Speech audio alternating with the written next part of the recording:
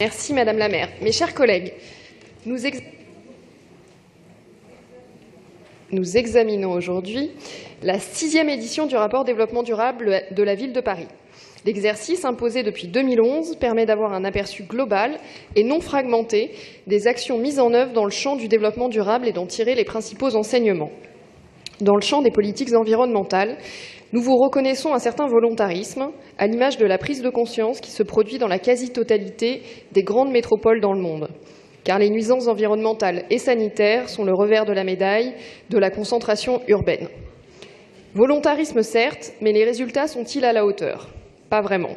Certes, des projets que nous avons soutenus ont été lancés, mais il convient d'aller plus loin. Il y a aujourd'hui un contraste entre vos ambitions et les résultats tangibles. C'est par exemple le cas avec la pollution de l'air où nous restons dans le rouge. À ce titre, nous attendons beaucoup plus de la politique que nous avons approuvée d'interdiction progressive des véhicules les plus polluants.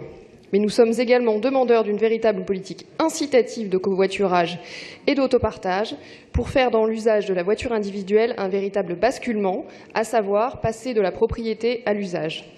Et nous vous sentons encore bien timides sur ces points. Ainsi, l'ouverture des 226 places réservées à l'autopartage est bien dérisoire au regard du potentiel que revêt ce nouveau mode de déplacement dans Paris et en Île-de-France. C'est une offre qui a besoin de passer à une taille critique, à raison d'au moins une offre de quelques voitures en autopartage par quartier, et ce en complément de l'offre Autolib. Nous attendons aussi beaucoup des politiques que nous pourrons développer dans les prochaines années en faveur du piéton et du vélo. Pour les piétons, ce ne sont à ce stade que des annonces et non une réalité. Paris, en comparaison de tant et tant de grandes métropoles, notamment dans son hypercentre, est en retard en matière de zones piétonnes. Quant à la pratique du vélo, nous ne pouvons que constater que le principal frein que constitue le vol ou la crainte du vol n'est pas levé, le déploiement de petits parkings à vélo de quartier ne voyant toujours pas le jour. Ce rapport pointe aussi les actions à conduire dans le domaine de l'alimentation. Et sur ce point, nous touchons à un domaine qui devrait devenir une priorité.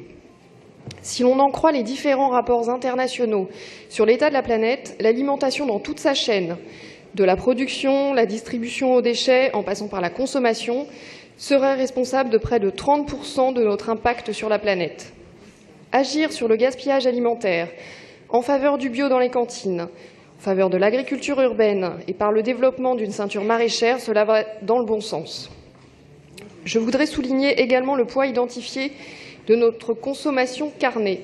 Là encore, les rapports internationaux soulignent que si nous, occidentaux, réduisions de moitié notre consommation de viande, nous réduirions globalement de près de 25% notre impact sur la planète. La mairie de Paris pourrait compléter son action dans le domaine d'une alimentation plus durable en incitant les Parisiens à réduire leur consommation de viande. Il y aurait tant à dire sur la question du changement climatique. Je note avec plaisir que votre rapport concède enfin que la place de la République est trop minérale, alors même que nous savons que tout nouvel aménagement de place doit dorénavant laisser une large part au végétal, notamment au sol, pour lutter contre les canicules estivales. Et toujours en matière de rafraîchissement, nous continuons d'insister pour que notre réseau d'eau potable, notamment les réserves du bassin de Grenelle, soient résolument préservées. Enfin, et c'est un point sur lequel nous sommes déjà intervenus à plusieurs reprises, notamment par la voix de Yann Verling, la préservation des grands arbres est tout à fait primordiale. Leur capacité de rafraîchissement, bien plus que les petits arbres ou d'autres espaces végétalisés, est considérable et nous souhaitons vous inviter, Madame la maire, à considérer l'idée d'un vrai plan de protection des grands arbres en lien avec l'action que va engager la région Île-de-France en la matière. Je vous remercie.